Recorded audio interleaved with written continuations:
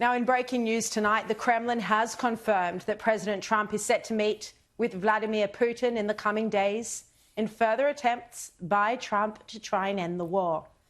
This follows a 3-hour meeting between the Russian president and Special Envoy Steve Witkoff. Now, Putin reportedly gave concrete examples of the conditions needed for Russia to agree to peace with Ukraine. Here was Trump. There's a good chance that there will be a meeting very soon. We're here to get it stopped and get the death stopped. Now, to discuss this, let's bring in tonight's panel, National Senator M.Canavan and Sky News host Caleb Bond. Welcome to you both. Matt, now, clearly Trump thought it would be much easier to have peace between Russia and Ukraine. He thought he'd achieve this immediately after he was elected back in November. This has been much more difficult for him than he thought. Are you optimistic that now, with the threat of sanctions, Russia might come to the table? Well, look, Sharri, you could criticise the president for not delivering on his promise to end the war in 24 hours, but you can't really criticise the fact that he's tried. He's tried more than anyone else to end this war that wasn't started by himself or at his making. And you also have to think sometimes what are the strategic interests of the United States in Eastern Europe. So he's been heavily involved, though, trying to end that war, ramping up sanctions on Russia, secondary sanctions in recent weeks, and at least talking. From the get-go here, I couldn't understand why there were no conversations occurring with the Russian government, with others. The early negotiations early in the war seemed to be shut down from external forces. Why? I mean, I particularly from here in the antipodes, we'd like to see peace as much as possible.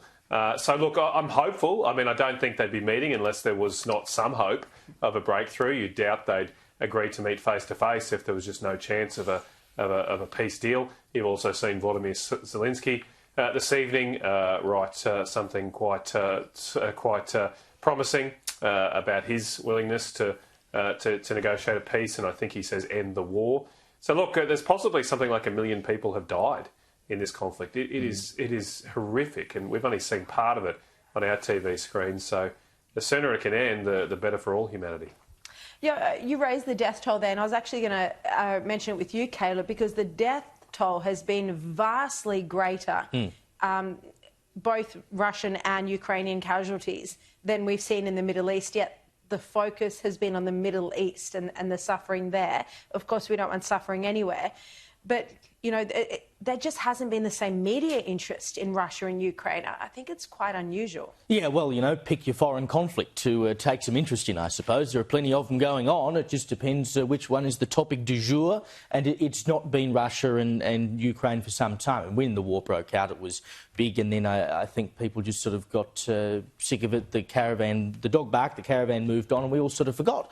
But young men, in particular, have been put through the wood chipper regularly on both sides of this conflict ever since. The war has to end, and Donald Trump has promised that it will end. And so on that basis, he will pull every string he can find during his presidency. I mean, you'd like to think it's over by the end of his presidency, but he will pull every string he can find to try and make that happen, because he's promised it will happen. In fact, it's a major plank of his presidency is that he will not allow conflicts to go on around the world. Well, his job is to stop them, right? He wants it to be part of his presidential legacy. Correct. That he brings peace to the world. The only trouble is that in order to end this war, both sides have to concede something. So allegedly we have a list of conditions or demands, as they might be, from Vladimir Putin as to what he will agree to end this war. But we also need a list that they can both agree to, Putin and Zelensky. That may involve Ukraine giving up a certain amount of territory in order to make it happen. But ultimately, this war has to end for the good of both countries and the people who live within them, and it means both sides have to give something up. Wouldn't it be nice to see an end to both of the major wars at the moment? Now, sticking with the US for a moment, Vice President J.D. Vance is set to host a crisis meeting. He's calling it a strategy dinner. This at his Washington residence to discuss the Epstein controversy. Now, you're going to have the Attorney General there, the FBI Director, the Deputy Attorney General, and maybe even Donald Trump's Chief of Staff as well. Now, Matt, the lack of transparency over the Epstein files has really agitated the MAGA base. So, I mean, it's going to be unusual to see what could be on this strategy meeting other than just releasing all the files. Nothing else is going to satisfy the base, will it?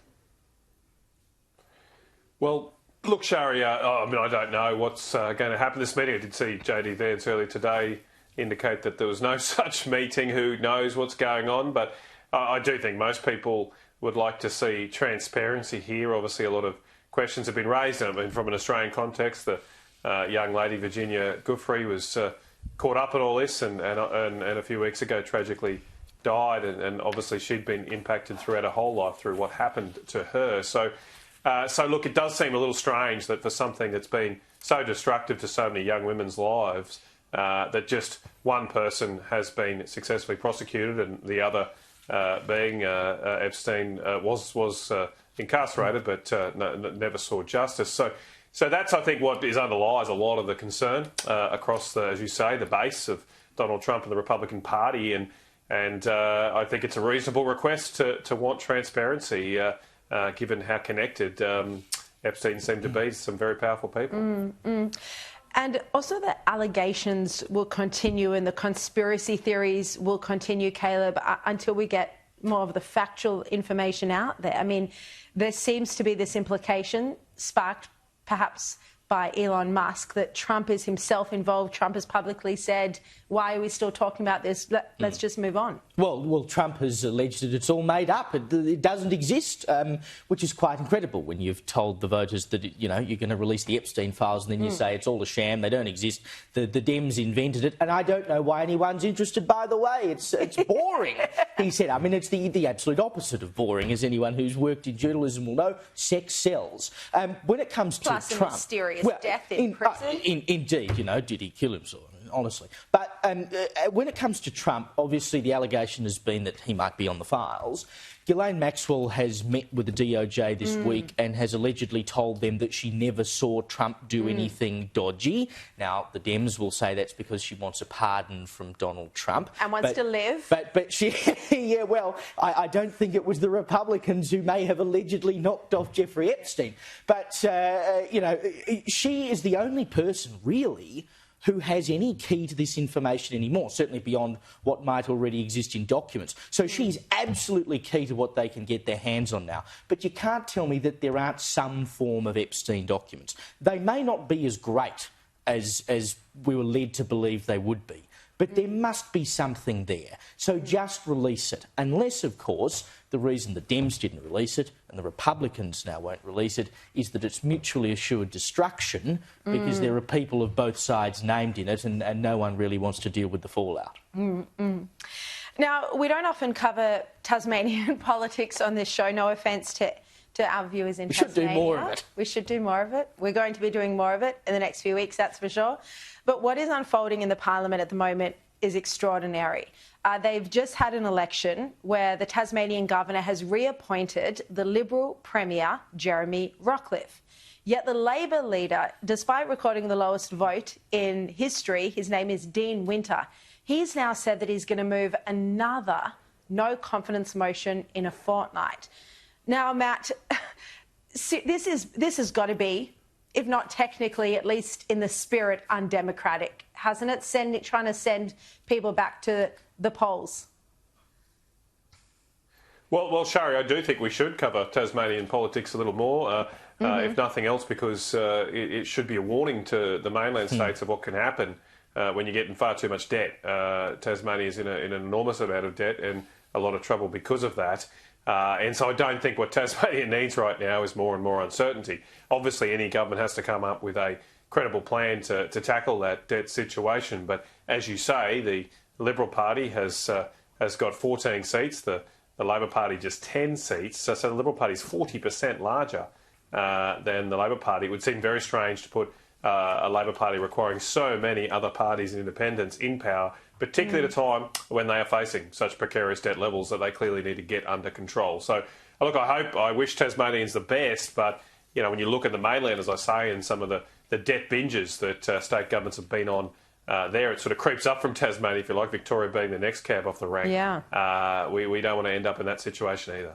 Well, the federal government debt levels are shocking as well. And on Tasmania, I noticed that the Treasurer had to resign today over the budget position. Yeah, I mean, I was going to use a word starts with S, ends in show, to describe all of this, and part of it comes down to that Hare-Clark system that they use down there for their elections, so you end up with these sort of weird parliaments. But, you know, Rockcliffe has the right as the incumbent, even though he doesn't have a majority to form government, which is what he's done. So Winter's going to try it on in this no-confidence motion and then ask the Parliament to give confidence to him, Labor, to run a government. That would involve the support of... So Labor's got 10 seats. There's 5 in the Greens, and they need another 3 from the crossbench in order to have supply. Can you imagine what sort of government you're going to end up with if it's Labor and the Greens and 3 independents trying to get their agenda across the line to make anything happen? People will go, my God, what is going on here? But you get what you vote for, don't you? And Labor got 25% of the primary vote. The Libs got about 40%, but not enough for a majority. All right, Caleb Bond and Matt Canavan, great to see you both. Thank you so much. Pleasure. Now, we've been talking this week about Victorian Premier Jacinta Allen's new work from